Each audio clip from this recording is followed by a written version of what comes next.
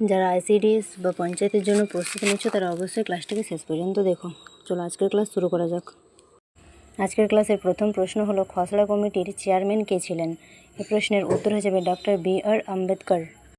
2 নম্বর প্রশ্ন, বক্সারের যুদ্ধের সময় বাংলার নবাব কে ছিলেন? এই প্রশ্নের উত্তর হয়ে যাবে মীর জাফর। 3 নম্বর প্রশ্ন, ভারতনাট্যম নৃত্যের উৎপত্তি কোন রাজ্যে? এই প্রশ্নের উত্তর হয়ে যাবে তামিলনাড়ু।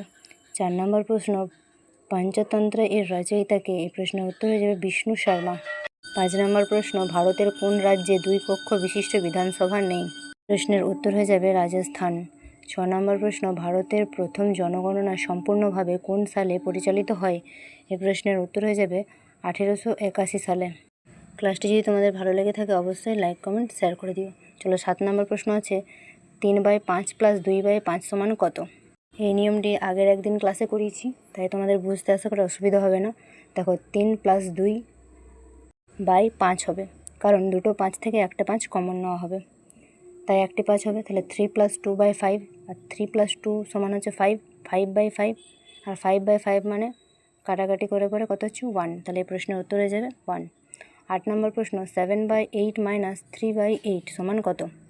এই প্রশ্নটিও আগের প্রশ্নের মতোই। দেখো এটি কীভাবে করা যায়।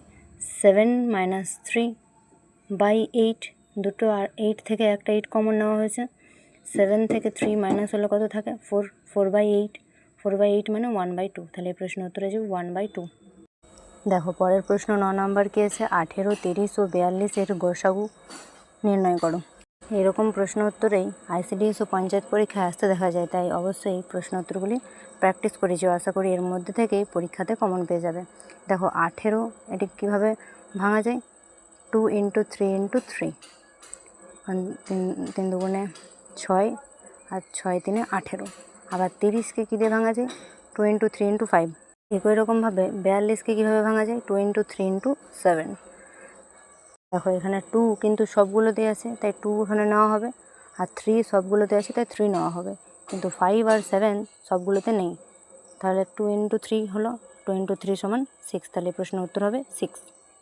পরে 10 নম্বর প্রশ্ন কী আছে, 24 ও 36 এর লসাগু নির্ণয় করো।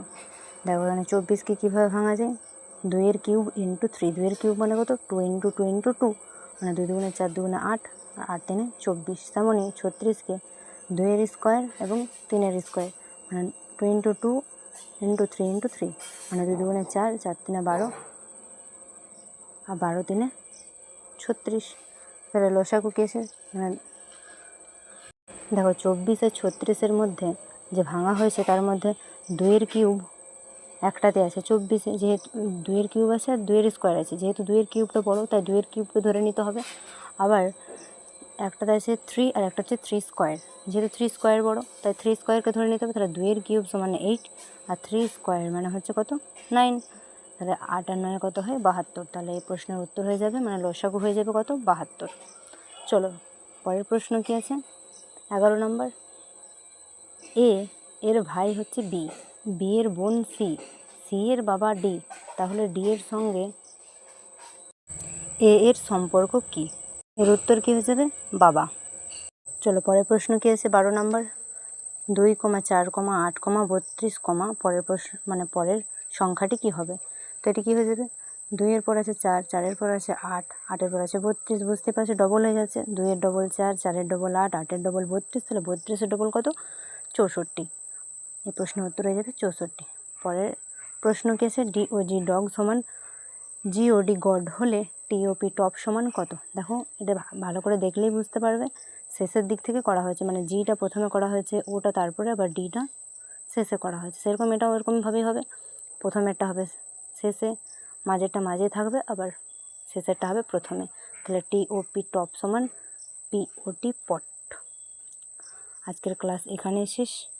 যদি তোমাদের বুঝতে অসুবিধা হয়ে থাকে অবশ্যই কমেন্টে জানাবে, আর যদি ক্লাসটি ভালো লেগে থাকে অবশ্যই লাইক, কমেন্ট এবং শেয়ার করে দিও। আর এরকম আরও ক্লাস চাইলে চ্যানেলটিকে অবশ্যই সাবস্ক্রাইব করে দিও। আজকের ক্লাস এখানেই শেষ, ধন্যবাদ।